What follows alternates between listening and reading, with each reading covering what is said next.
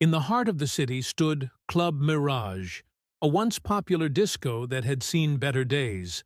Its neon lights flickered, and its glass doors were covered in a thick layer of grime. But on one cold October night, it was suddenly alive again, the air thick with the promise of a nostalgia-filled party. Word spread like wildfire. Club Mirage was reopening for one night only.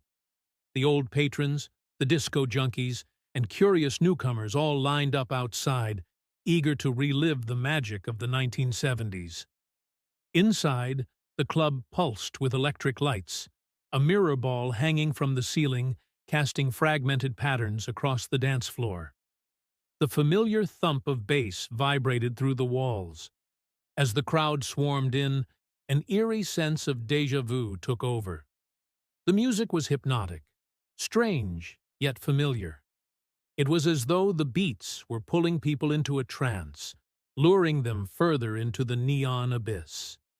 A group of friends, excited to experience the night, stepped into the club, ready to dance their worries away.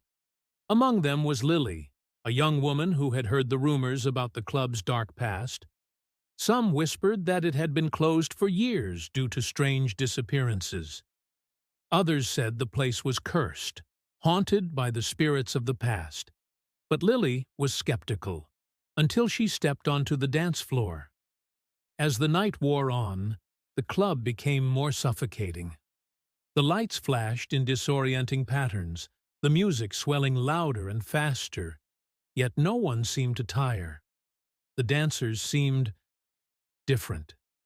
Their movements were mechanical, stiff, their faces expressionless as they spun, twisted, and swayed. Lily tried to shake off the unease, but then she noticed something. The dancers weren't aging.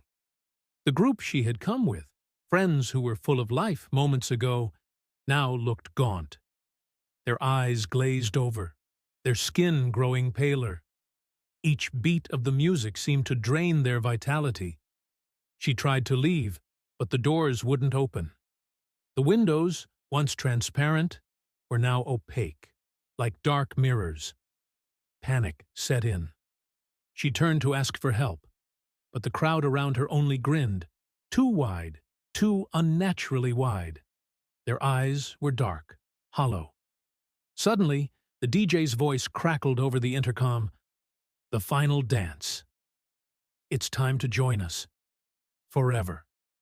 Lily's breath caught in her throat as the music shifted, the tempo slowing, becoming unsettling, like a funeral march. The lights dimmed, casting long, terrifying shadows. She felt herself being pulled back to the dance floor. As she resisted, she heard a whisper in her ear, soft but persistent. You can't leave. It's always the last dance. The floor beneath her felt cold, the rhythm of the music echoing in her bones.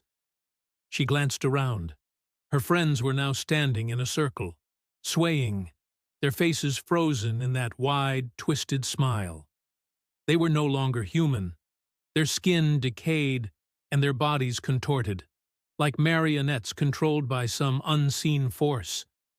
In that moment, Lily understood. The club didn't just play music, it consumed it. The dancers, the DJ, the lights, all of it was part of a curse, a cycle that repeated every decade. The souls of the lost were trapped within the walls, forced to dance until the end of time. Lily's body jerked involuntarily as her feet moved in time with the music. No matter how hard she fought, she couldn't stop herself. Her mind screamed, but her body moved. She wasn't just dancing, she was becoming one with the rhythm, one with the cursed souls of Club Mirage. And as the night wore on, Lily became a part of that endless dance. The doors of the club remained locked, the music echoing into eternity.